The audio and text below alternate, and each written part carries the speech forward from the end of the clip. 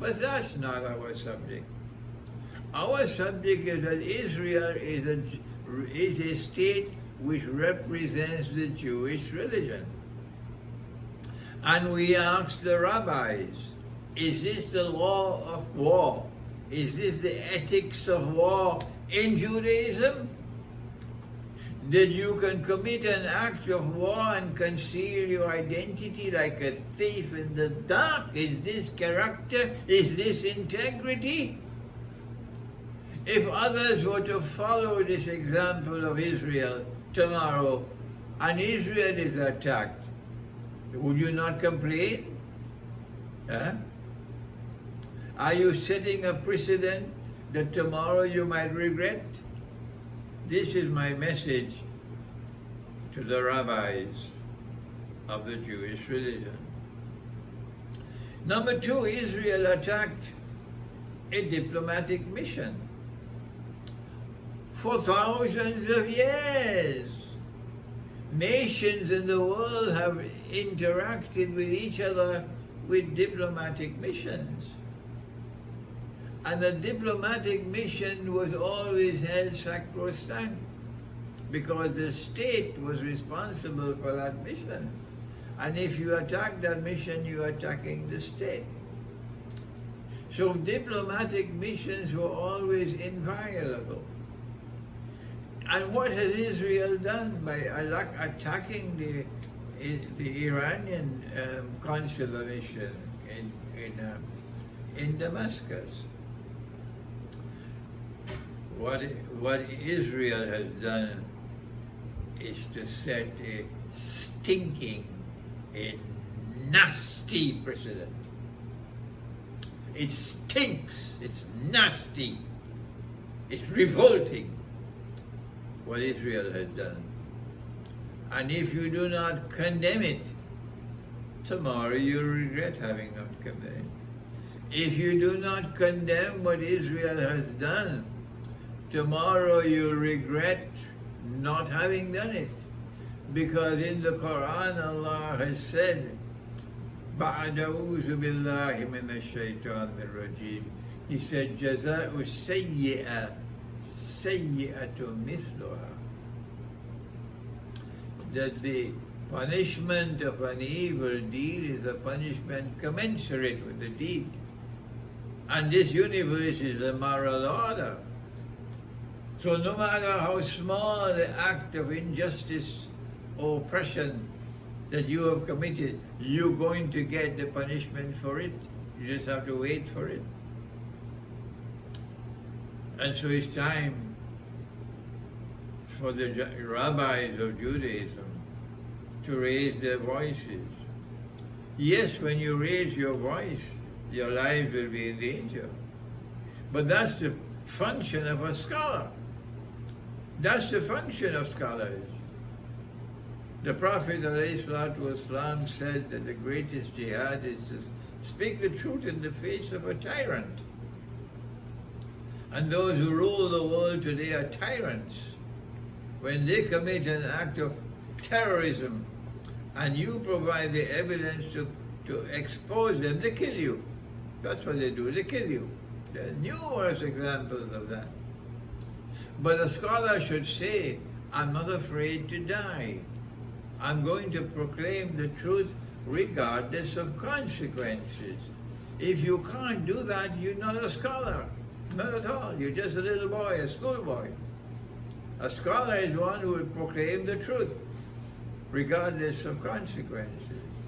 So this is my initial comment on Israel's conduct. But there's something more than this. When Israel committed this act and did not identify itself as the one who committed the act, a missile attack on the Iranian consular mission in Damascus, which killed many top-ranking military officers, then Iran responded.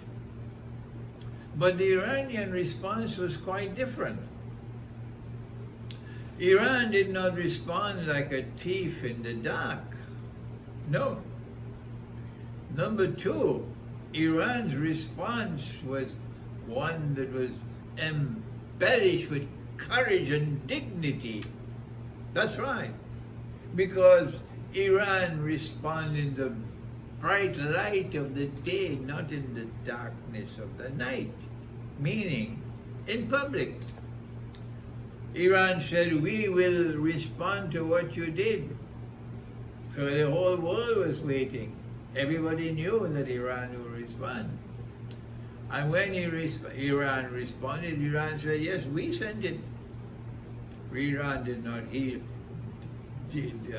not conceal its identity the way Israel did. So Israel, your response and Iran's response are not the same at all. The Quran gives you the right to respond when you attack. أُذِنَ لِلَّذِينَ يُقَاتَلُونَ بِأَنَّهُمْ ظُلِمُوا. What Israel committed was an act of zulm, oppression. And Allah gave the right to Iran to respond. The Secretary General of the United Nations could condemn Iran. The Western world could condemn Iran. Whosoever wants can condemn Iran, but you are hypocrites. That's what you are. But Israel is the biggest hypocrite of all. Because Israel is condemning Iran for having attacked Israel, calling Iran a terrorist state.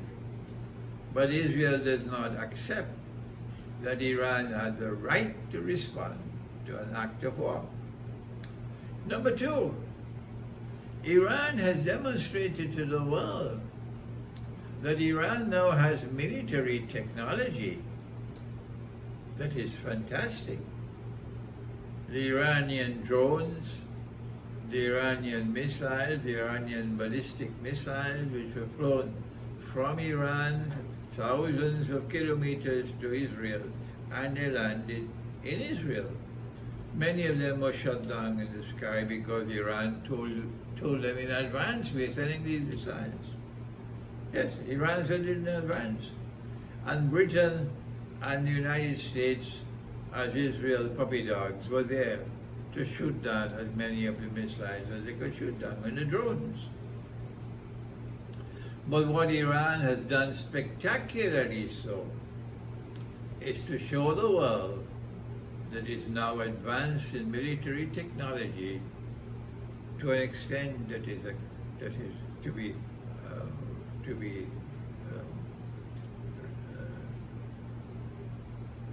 we must commend them for the effort they have made. More than that, Iran has shown tremendous courage. This is something that is peculiar to the Iranian people.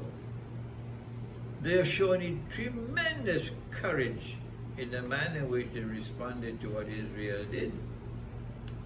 Because if Iran did what it did, it could have provoked war with Israel, and war with Israel would mean war with the United States and with NATO. And Iran on her own, as isolated, cannot fight against all of them. So it will be like a suicide mission. But the Iranian people show the same kind of courage that the Russians have shown in Syria. And we are going to do this regardless of the price we have to pay, even if this is going to provoke a world war. Russia still went and is still there in Syria and Iraq. So we have to commend Iran for its courage in responding to Israel in the way that it did.